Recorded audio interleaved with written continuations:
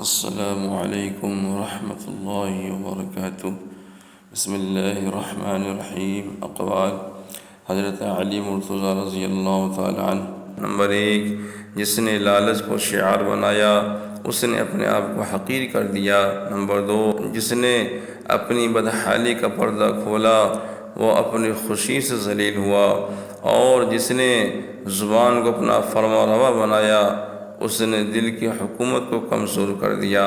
Number 3، بخل عار ہے اور بزدلی عیب ہے، اور ناداری ذہین آدمی کو ایسا گونگا بنا دیتی ہے کہ وہ اپنی حجت پیش نہیں کر سکتا۔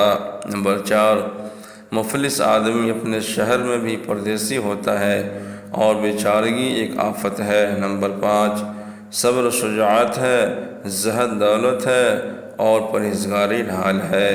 نمبر 6، عاقل کا سینہ اس کے راز کا صندوق ہے، اور بردباری عیبوں کا مدفن ہے۔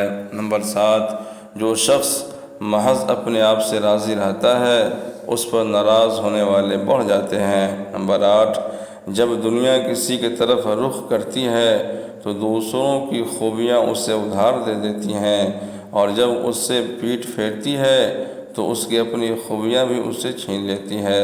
نمبر 9، لوگوں سے ایسا میل جول رکھو کہ اگر تم مر جاؤ تو وہ تم پر روئیں، اور اگر جیو تو تمہاری طرف مائل رہیں۔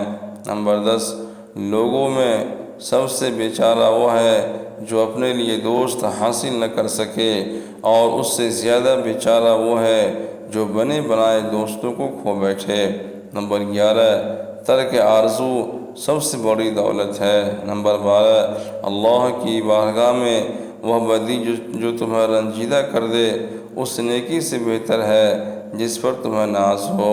نمبر 13، آج عمل ہوگا حساب نہیں ہوگا، کل حساب ہوگا عمل نہیں ہوگا۔ نمبر 14، دوستوں کو کھو دینا ایک طرح کی غریب الوطنی ہے۔ نمبر 15، جب عقل پختہ ہو جاتی ہے تو باتیں کم ہو جاتی ہے۔ نمبر 16، جب مسائل کے صحیح یا غلط ہونے میں شک ہو جائے تو ہر مسئلے کے انجام کا اس کے آغاز پر اعتبار کیا جائے گا۔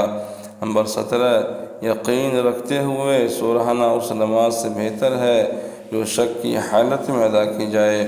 نمبر 18، لوگوں ایک زمانہ آئے گا جس میں چغل خور کے سوا کوئی مقرب نہ ہوگا، اور بدکار کے سوا کوئی عالی ظرف نہ ہوگا، اور انصاف پرور کے سوا کسی کو کمزور نہیں سمجھا جائے گا۔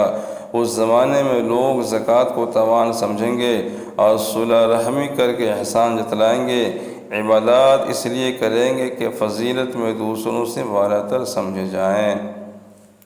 السلام علیکم ورحمۃ اللہ وبرکاتہ۔